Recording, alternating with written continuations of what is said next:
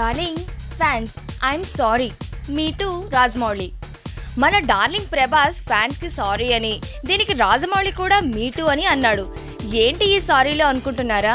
అదేంటంటే గత 2 సంవత్సరాలుగా సినిమా లవర్స్ అందరూ ఎప్పుడెప్పుడా అని వెయిట్ చేస్తూ టాలీవుడ్ లో అత్యంత భారీ బడ్జెట్ సినిమా అయిన బాహుబలి ఆడియో ఫంక్షన్ మే 31న జరగకపోవడమే వాళ్ళ సారీకి కారణం. ప్రభాస్, అనుష్క, రానా, తమన్నా, నాజర్, రమ్యకృష్ణ వంటి భారీ తారాగణంతో అత్యంత భారీ సెట్లతో అంతకన్నా భారీ ఖర్చుతో నిర్మితమైన బాహుబలి సినిమా ఆడియోని సినిమాకి తగ్గట్టే భారీగా ప్లాన్ చేద్దామని డైరెక్టర్ రాజమౌళి డిసైడ్ అయ్యాడు.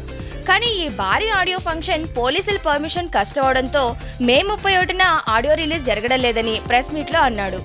ఇంతేకాకుండా బాహుబలి ఆడియో ఫంక్షన్ ఎలాంటి అవాంతరాలు లేకుండా జరగాలంటే జాగ్రత్తలు అవసరమని, మే 31న ఆడియోని క్యాన్సిల్ చేసినందుకు సారీ అని, త్వరలోనే కొత్త డేట్ అనౌన్స్ చేస్తానని మీడియా ముందు చెప్పారు.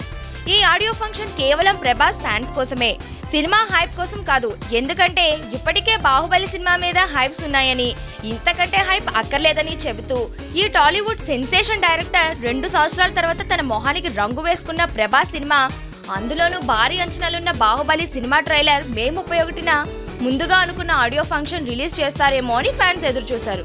ఇప్పుడు డేట్ పోస్ట్ పోన్ అయింది. సో సినిమా ట్రైలర్ ఫంక్షన్ తో సంబంధం లేకుండా ముందుగా రిలీజ్ చేస్తే బాగుంటుందేమో అని రాజమౌళి ఆలోచిస్తున్నాడు.